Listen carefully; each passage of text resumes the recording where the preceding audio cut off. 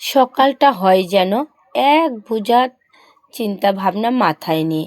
ঘুম থেকে উঠে এতটা মনটা খারাপ লাগে যে নানান রকমের চিন্তা ভাবনা মাথার মধ্যে গেড়ে বসেছে। জানি না এই টেনশন কতদিন থাকবে। সত্যি সকাল হলেই নানান রকমের চিন্তা যেন আমাকে কুরে কুরে খায়। জানি না ভগবান এত দুশ্চিন্তা কেন আমার মাথায় দিয়েছে। হ্যাঁ, এটা মানি যে যেমন কর্ম তেমন ফল। হয়তো কর্মটাই খারাপ করেছি, তাই এত কিছু ভাবনা চিন্তা করে কাজ করতে হয়। ঘুম থেকে উঠেই কি রান্না করব মাথার মধ্যে ঘুরছিল, কারণ আজকে ঘরে খাবারও নেই, বাসি ভাতও নেই, কিছু নেই, সবজিও নেই। তো তাতে আমার বর বলল, দাদাদের গাছে একটা মোছা আছে, মোছাটা কি পেরে নিয়ে আসবো? আমি বললাম না, ওরা তো খাবে, ওরা যদি খায় তাহলে আমাদের পেরে নিয়ে আসলে তো ওরা আর খেতে পারবে না।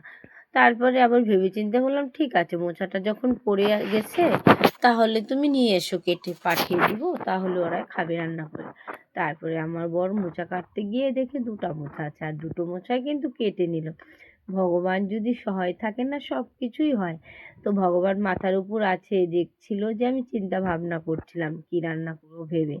তো একটা মোচা ওদেরকে পাঠাবো, একটা মোচা আমরা খাবো, যেহেতু ওদের কলার বাগানটা, আর আমরা যেহেতু এখানে থাকি তাই দেখভালটা আমরাই বেশি করি, আর আমরাও কেটে নিয়ে এসে খাই, তাতে কিছু ভাসুর যা বলে না, আর ওদেরকেও কিছুটা পাঠাই।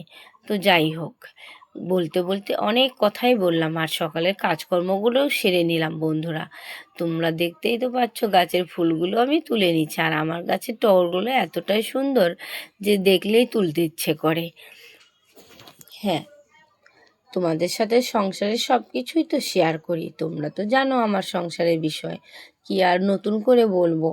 যাই হোক বন্ধুরা, আমার ভিডিওটা যদি ভালো লাগে একটু লাইক কমেন্ট করে সাবস্ক্রাইব করে পাশে থেকো।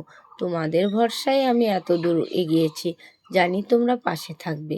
তো যাই হোক, ভিডিওটা আর বাড়াবো না, দেখা হবে তোমাদের সঙ্গে আবার নেক্সট ভিডিওতে।